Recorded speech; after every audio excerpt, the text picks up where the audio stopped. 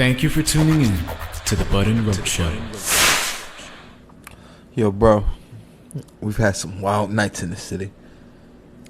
One of the ones that I want to say right off the rip was the morning where we were in a cab going back home, and my head was sticking out of a cab like the Joker and fucking the Dark Knight coming over to Willie B. And I was just hurling, and we wasn't even at Hurley's. No, we just left Hurley's. We left Hurley's. We just left Hurley's. It was a fun night, man. We had an amazing time, man. I think back to those days sometimes, man. I see the pictures, and it's amazing, man. Even now that I work so close in the vicinity to it. And for the people that don't know, Hurley's is on 48th between 8th and Broadway. Yes. Hurley's Saloon. You may have heard of it. Tina Fey dropped the name on 30 Rock. Did she? Yeah. A couple of shows have dropped the name. From the NBC, just, it's right down the block, 30 Rock. And I'm not going to go too deep into the experiences that I've had there because there was probably some activity that we shouldn't talk about. Jesus, we shouldn't have been there at the time. That's why we're not going to go too deep into it. But that place is phenomenal. Phenomenal. World class, man. And, that's kind of what this comes to, man. The great New York City bars that we have been to in our lifetime.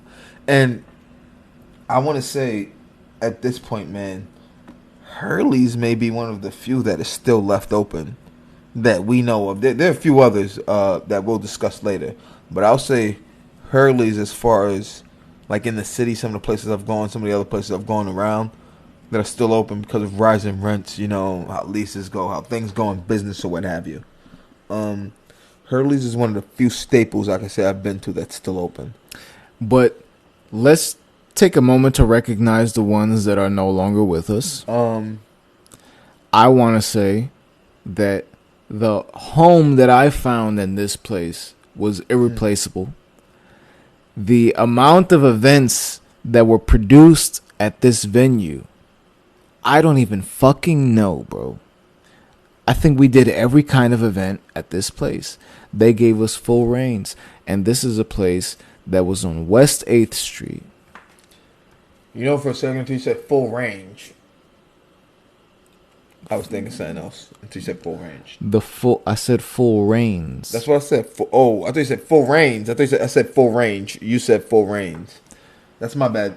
Like the reins. The reins of like a horse. I thought you said full range, like full range for whatever you want to do. Like, just, we both also that the same thing, that just too heard it differently. But I was thinking somewhere else. I obviously know what you're talking about now. When we said West 8th. Yeah, obviously thinking Gizzy's Cafe. Gizzy's Cafe. Sunday night screenings. Sunday nights. But before Sunday night screenings, I was a regular just musician performer there, and the amount of love that they showed the local artists and just people in general with ideas, you can't replace that shit today. There's no place that I can think of that is not looking for an immediate return on the cover charge. This place really just gave people a place to experiment. So we have to shout them out for this. Yeah, man.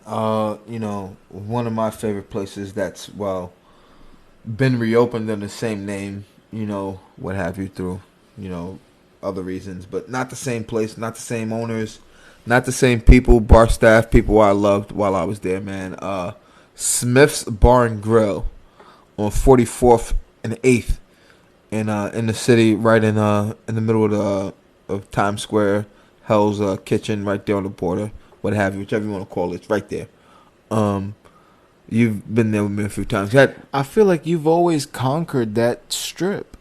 You've always been in that area. I worked so much in that area and knew a lot of people through my work in there who knew people, who knew bartenders, server friends, and met other friends, man. Because I'll tell you, at Smith's, I made what I want to say lifelong friends there, and I want to know where they're at now because I lost them. Because they're not there anymore. And then they went to work at another bar with the same owner, not far away. That's closed down earlier this year. Social Bar and Grill, which was right up the block from Hurley's. on 48 on 8th Avenue between 48th and 49th Street. Another bar, I frequented a lot, had a lot of fun with bartenders that I've known for a while. Bar staff I've known for some time. And these are people, and the bartender is someone who I can say when I walk in, when she sees me, I don't even have to say her name or anything. She sees me, I just gotta do this. And it's like, what do you want? It's the huge. Baby. There you go, thinking that we have cameras pointed at us. Everybody thought they saw me do this, You know whose fault this is? Because we were on air on fucking Saturday, and I had cameras pointed at me for the first time in a while that I was in front of a camera. So it's gonna take a while to realize the camera's not there. You're gonna notice a pattern too, is that the majority of the places that Bud's gonna speak about tonight are within walking distance from each other. That to me is like walking into, when the different tribes had the land marked off, and you're walking into like enemy territory. Yeah. You're walking into Bud's territory. My territory was always either downtown or in Brooklyn.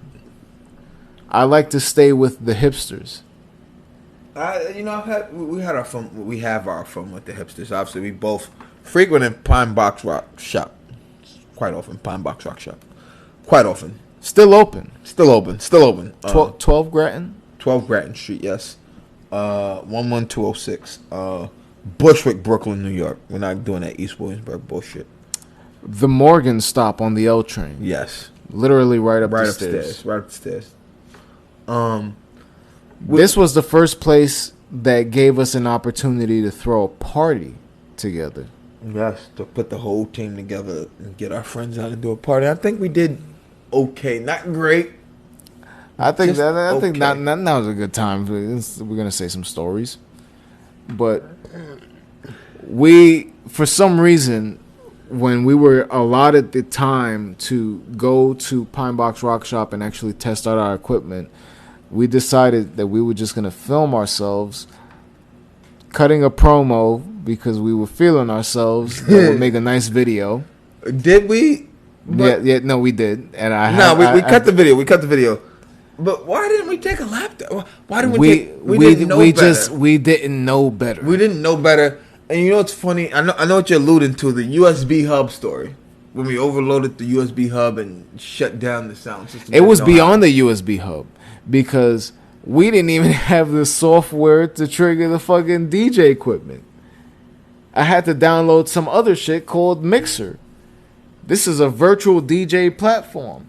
So the software wasn't even working properly with the shit. And then on top of that, we didn't even test out anything. We had a bunch of people show up to this event at this beautiful fucking bar that gave us a shot. And we had a meltdown on stage. No, we didn't have a meltdown. We had a meltdown. We got it going. Meltdown came late. Nobody saw us struggling to get everything running. We got it up and running. Nobody knew it. It was the meltdown that came when we that was the prelude. That was the setup to the fuck up. And then we fucked up and overloaded the USB piece. We had the one USB connector, but we had the hub that had how many extra connectors? It was 4, 6. Was it 4 or 6? Whatever it was, there were too many on the motherfucker. And one of you, when I said, hey guys, just go plug it into the wall, decided to charge your phone on that USB hub. And it wasn't me. It wasn't you. I wasn't even. I don't use an iPhone. It was someone with an iPhone. All I got, I was outside smoking a cigarette. And somebody runs outside and says, yo, go inside. Bud. Right now. And I run inside and the music stopped because somebody plugged their phone to this shit. And I jump on stage trying to do damage control. I got a bunch of people in the crowd looking at me like we don't know what the fuck we're doing. And on top of that, we got the owners of the bar right outside. And they're just kind of assessing the situation. And they still let us do other events there. Because, you know what? They believed in the power. I don't even say our power and our potential. And I honestly believe, and I'm gonna go out on a limb and say this. If we wanted to, we could potentially still work a move there. If we did. I have to listen. If we're gonna talk about Pine Box Rock Shop, I have to shout out Heather and Jeff because they gave me baby supplies. I was there with you when they found out that I was having a baby. You know what's crazy? I bumped into them on the train like that. After we were there, I bumped into them going to work one day. They told me they would come from like a diner and they were headed to there to open up. And it's like something they do like every Sunday or something. I was on my way to work on a fucking Sunday after we had seen them doing that. And I was like, hey, what's up, guys? How you doing? Hey, oh, yeah, we're going to diner here. It was real fast. And it was, hey, you know. But it was weird. Like right after I hadn't seen them for years, I seen them again literally a week after bumping into them with you. And it was on the train on my way to work. But always nice, receptive people, believed in our potential. I think they still do. Very, very nice, open people. I'll say every time I do bump into Heather, she always asks me how's comedy going. That's the one thing she remembers about me is that I did the stand-up a few times. And people were, I don't want to say kind of gauging how I did, but a lot of people giving feedback, giving me what I'm doing wrong and right, and believing that I had chops. And me not believing in myself more so than anything else. Was it that, though? What? Was it you not believing in yourself? Not believing in my ability to write. And it comes back to, like I said, people don't want to believe me when I said everything. Like, I don't have the attention span. And that's the biggest. And, like, even now, trying to get together for the 22nd. I'll be ready for the 22nd. But I'm glad you said this. I've put it together. Now I need to put it on paper. I have all my thoughts, and I need to put them on paper. You ever heard the name DC Youngfly? Yes, I have. And he annoys me. DC Youngfly, the only reason I know this name is because I cut up promo video for the Glass Blunt store, and he was one of the celebrities that I used in there. And I keep seeing his name pop up on WorldStar, and I clicked on the link, and he has like a comedy team. So it's not one person on stage doing stand-up. It's a group of people on a sofa on stage, on different places. Everybody's chilling, but everybody got a microphone, and they're just doing the show live in front of people. And that blew my mind. Because that's essentially what we were doing with Bud and Roach Show when this shit was in the basement when we had everybody there. And people were tuned in worldwide. The only thing was we wasn't cashing in on ticket sales. We weren't. We didn't know what we had then. That was one of the things I always said when we wanted to make the transition to video, but I kept trying to push, let's keep doing radio. And I tried to use Howard Stern as the he still goes on radio every day despite America's Got Talent. But he does the video too. Yeah. But on top of that was the fact that the music shit, all the other shit that we're doing, it's filling all the other voids. But when it comes to stand-up comedy, I don't want to just go up there by myself, bro. Stand-up comedy, man, is it's easy to think you can do it, but to actually do it, man. And when I see the amount of money that people are getting paid to do live podcasting and watch people like Bill Burr go and start selling out tickets to do the live podcast at these events, and he's going up there dolly. Everybody else is going live podcast teams. We can do easy, without a doubt, bro. It's the written stand-up material that I've always struggled with and continue to struggle with, and I will. But we have to look. But that's a deeper problem. We have to look at the live podcasting as the next step towards being able to go to do stand up, because I cannot go on stage and do stand up right now. I can't do it. I can go on stage and talk to you because we've been doing that shit. So if we focus on getting this act on stage and being able to go on stage and just freestyle and just free flow and do all that shit, I guarantee you by a year, 2 years, we'll be having solid stand-up acts, both of us. But I'm well aware that I can't do this shit the same way you feel you can. We try to be funny. We try to write jokes. But writing jokes ain't like writing songs. Writing jokes ain't like sitting here talking and having to come to the top of my head. But also at the same time, I can't go on stage thinking I can start talking and have what I want come to the top of my head. And we veered off top because we're not talking about bars anymore, man. But you guys know where to follow us at. But what's crazy is that the next bar y'all going to see us perform at, I'll be doing stand-up. 66 Greenpoint Avenue, October 22nd. Come see Bud and Roach perform live, man. Follow us at Bud and Roach. You already know. Thank you for tuning in to the Bud and Roach Show.